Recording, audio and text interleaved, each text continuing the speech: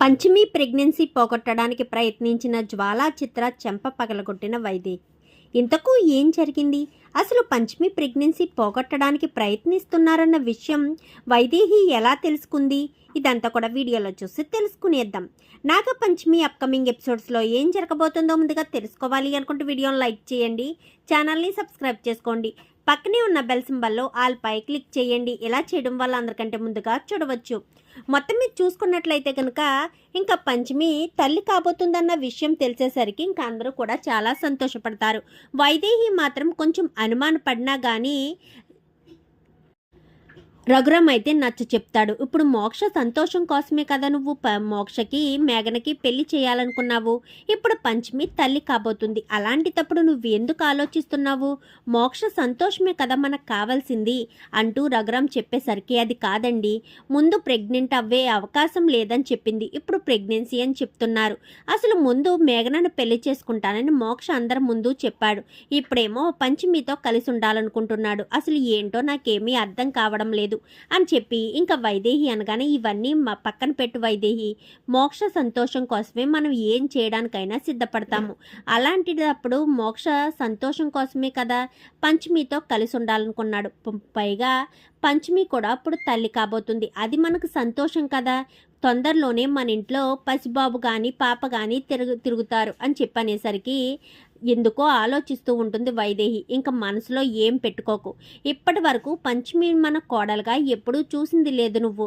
అందుకే ఇక మీదటైనా కానీ పంచమిని ప్రేమగా చూసుకో. మోక్ష కూడా సంతోషపడతాడు. ఇప్పటికే మోక్షకు నీ మీద చాలా కోపం ఉంది అంటూ ఇంకా రఘురామ్ చెప్పేసరికి సరేనండి ప్రయత్నిస్తాను అని చెప్పి ఇంకా వైదేహి అయితే ఆలోచిస్తూ ఉంటుంది. అవును కదా, మోక్షకు పిల్లలంటే చాలా ఇష్టం. పిల్లలు లేరనే కదా మేఘనకిచ్చి పెళ్లి చేయాలనుకున్నాను. ఇప్పుడు పంచమి తల్లి కాబోతుంది. ఇంకా నాకెందుకు బాధ? పంచమిని బాగా చూసుకుంటే మోక్ష కూడా సంతోషపడతాడు అని వైదేహి అయితే ఆ క్షణం నుంచి కూడా పంచమిని ప్రేమగా చూసుకోవడం మొదలు పెడుతుంది. ఇదంతా చూసిన చిత్ర జ్వాల అయితే ఏంటిది, అత్తయ్య గారు మనకు సపోర్టుగా ఉన్నారు, పంచమిని ఇంట్లోంచి బయటికి గెంటేద్దాం కదా అనుకుంటే ఇప్పుడు అత్తయ్య గారు కూడా పంచమి తల్లి కాబోతుందన్న విషయం తెలిసేసరికి తెగ సంతోషపడిపోతున్నారు.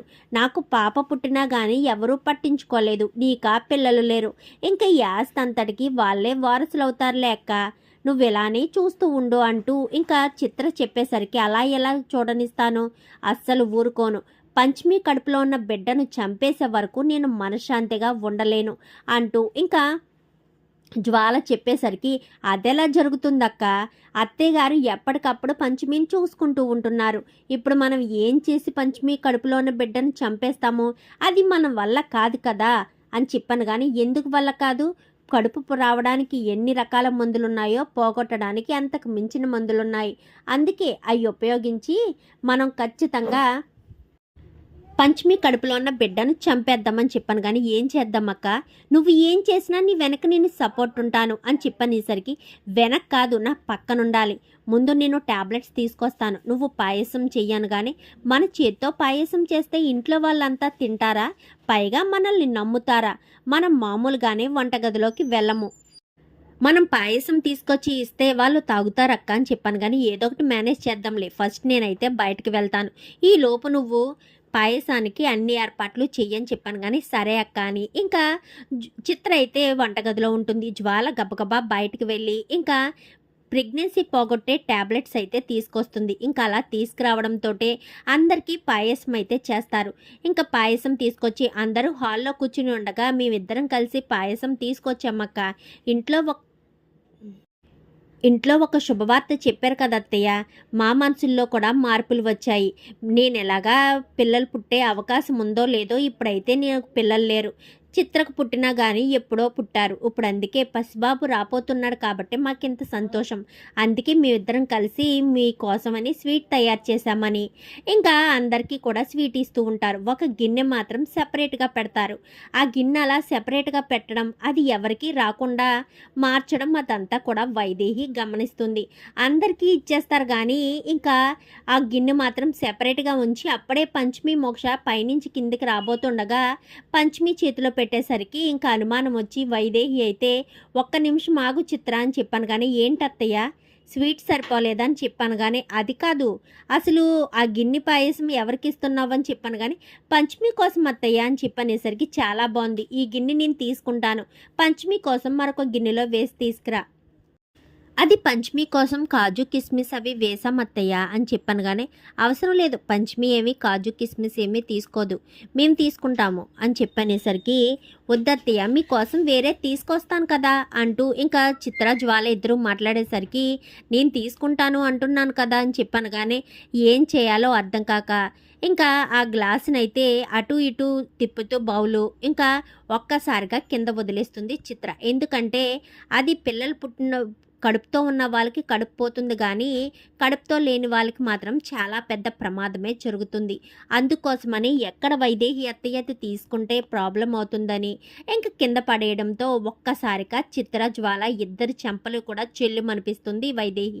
ఏం జరిగింది అత్తయ్య, మేము ఏం తప్పు చేశామని ఆ గిన్నె పాడేసినందుకే మమ్మల్ని కొట్టాలా అని చెప్పాను కానీ, మీరు గిన్నె పాడేసినందుకు కొట్టలేదు, ఆ గిన్నె ప్రత్యేకించి పంచమి కోసమే తయారు చేశామని చెప్తున్నారు కదా, అందుకు కొట్టానని చెప్పాను కానీ, మీరు అంటున్నది ఏంటి మాకు అర్థం కాలేదు అత్తయ్య అని చెప్పనేసరికి, మీరు ఏ ఉద్దేశంతో స్వీట్ తయారు చేశారో, ఏ ఉద్దేశంతో పంచమి కడుపులో ఉన్న బిడ్డను చంపడానికే ప్రత్యేకించి ఆ బౌల్ని ఎవరి చేతికి రాకుండా తిప్పి తిప్పి మార్చి మరీ పంచమికే ఇవ్వాలని ఎందుకు అనుకున్నారో నాకు తెలుసు. అందులో మీరు మాత్రలు కలిపారు కదా పంచమి కడుపులో ఉన్న బిడ్డను చంపేయడానికి.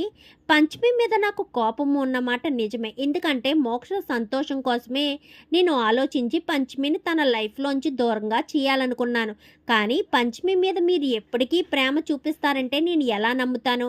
అది నేను అస్సలు నమ్మను. ఎందుకంటే పంచమి అంటే మీకు ఇష్టం లేదని నాకు తెలుసు. అది ఎప్పటికీ ప్రేమగా మారదని కూడా నాకు తెలుసు.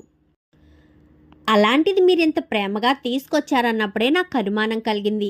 బౌలు మార్చినప్పుడు నా అనుమానం కన్ఫర్మ్ అయింది అని చెప్పనేసరికి, అది అత్తయ్య అని చెప్పాను కానీ, ఏంటి మమ్మీ ఏంటి అని చెప్పాను కానీ, పంచమి కడుపులో ఉన్న బిడ్డను చంపడానికి వీళ్ళేదో కలిపారా, అందుకని ఈ పాయసం ప్రత్యేకించి పంచమి కోసమనే ఎవరికి ఇవ్వకుండా పంచమికి స్పెషల్గా ఇస్తున్నారని చెప్పాను కానీ, ఎందుకు వదినా పంచమి అంటే మీకు అంత కోపం? పంచమి అసలు మిమ్మల్ని ఏం చేసింది? మీకు ఏం కావాల్సిన తను వండి పెడుతుంది కదా, తన కడుపులోని బిడ్డను చంపేసి మమ్మల్ని బాధ పెట్టడం అంత అవసరమా మీకు? మిమ్మల్ని ఎప్పుడూ కూడా వదిన వదిన అని అమ్మలాగే అనుకున్నాను, కానీ నా బిడ్డను చంపడానికి కూడా మీరు వెనకాడలేదు అనుకుంటూ ఇంకా మోక్ష అయితే పంచమిని తీసుకుని వెళ్ళిపోతాడు. ఇంక ఇదే చివరిసారి చెప్తున్నాను మీ ఇద్దరికి, ఇంకొకసారి ఎలాంటి ప్రయత్నాలు చేసినా ఎలాంటి పనులు చేసినా పంచమిని బాధ పెట్టాలి, మోక్షను బాధ పెట్టాలి అనుకున్నా మాత్రం మిమ్మల్ని అసలు ఊరుకోను. పుట్టింటికి వెళ్ళిపోతారు ఇద్దరు ఒకేసారి అని చెప్పి ఇంకా వైదేహి వార్నింగ్ ఇవ్వడంతో ఇంకా అక్కడి నుంచి అయితే చిత్ర, జ్వాల వెళ్ళిపోతారు. మరి వాళ్ళు పంచమి మీద కోపాన్ని ఎప్పటికైనా తగ్గించుకుంటారా, లేక మళ్ళీ పంచమి కడుపులో ఉన్న బిడ్డను చంపడానికి ఎటువంటి ప్రయత్నాలు చేస్తారు? వాటి నుంచి పంచమిని మోక్ష, వైదేహి ఎలా కాపాడుకుంటారు? ఇదంతా కూడా రాబోయే ఎపిసోడ్స్లో చూసి తెలుసుకునేద్దాం. మా వీడియో కనుక మీకు నచ్చినట్లయితే వెంటనే లైక్ చేసి మా ఛానల్ని సబ్స్క్రైబ్ చేసుకుని పక్కనే ఉన్న బెల్ సింబల్లో ఆల్ పై క్లిక్ చేయండి. ఇలా చేయడం వల్ల అందరికంటే ముందుగా చూడవచ్చు.